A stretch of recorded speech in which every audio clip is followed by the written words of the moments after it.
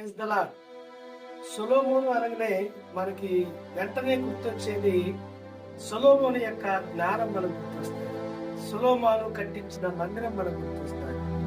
సొలొమోను యొక్క రాజ్య పరిపాలనలో యుద్ధాలు లేని కాలం మనకు గుర్తొస్తుంది.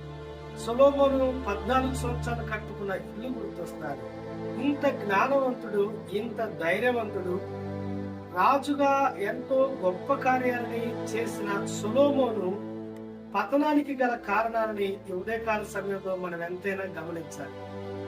ఇంత జ్ఞానవంతుడు, దేవుడే తనలాంటి జ్ఞానం మరొకరికి ఉండదు అని చెప్పిన అంత జ్ఞానవంతుడు ఎలా పతనం అయిపోయాడయ్యా అంటే, రాజుల మొదటి గ్రంథము 11వ అధ్యాయము 11వ వచనంలో మనం చూసినట్లయితే సొలొమోను యొక్క పతనానికి ప్రధానమైన కారణం ఐగుప్తు స్త్రీలని తాను వివాహం చేసుకున్నాడు. ఐగుప్తులో ఉన్న రాజకుమార్తెల్ని తన వివాహం ఆడుతూ వచ్చాడు.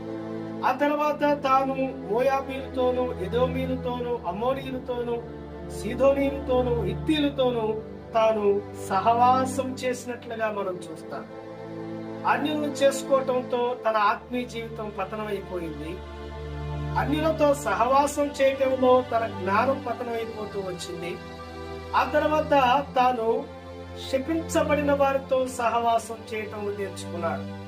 అంత మాత్రమే కాదు, 11వ అధ్యాయం 2వ వచనంలో కామాతురత గలవాడై, అనగా తన శరీర కోరికలను అదుపులో పెట్టుకోకపోవటం వలన తన జీవితం పతనమైపోయిందని చెప్పొచ్చు. ఆ తర్వాత మనం చూసినట్లయితే విగ్రహారాధన చేసినట్లుగా, వాటిని బలిపీఠాలు కట్టించినట్లుగా, దేవునికి ఎంతగానో ద్వేషాన్ని కలిగించినట్లుగా మనం చూస్తాం.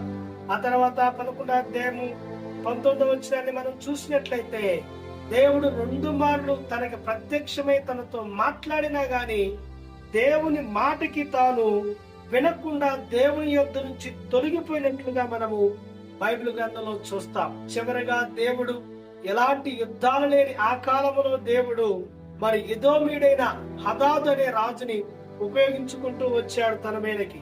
ఆ తర్వాత రేజోను అనే రాజుని ఉపయోగించుకుంటూ వచ్చాడు. ఆ తర్వాత తన దగ్గరే పనిచేస్తున్న యెరోబామును ఉపయోగించుకుంటూ వచ్చాడు. అయినా కానీ సొలొమోను మారకుండా తన జీవితంలో తన రాజ్యాన్ని తర్వాత కోల్పోయే పరిస్థితులకు ప్రధానమైన కారణం అన్యులతో సహవాసం, విగ్రహారాధికులతో సహవాసం, ఆ శపించబడిన వారితో సహవాసం.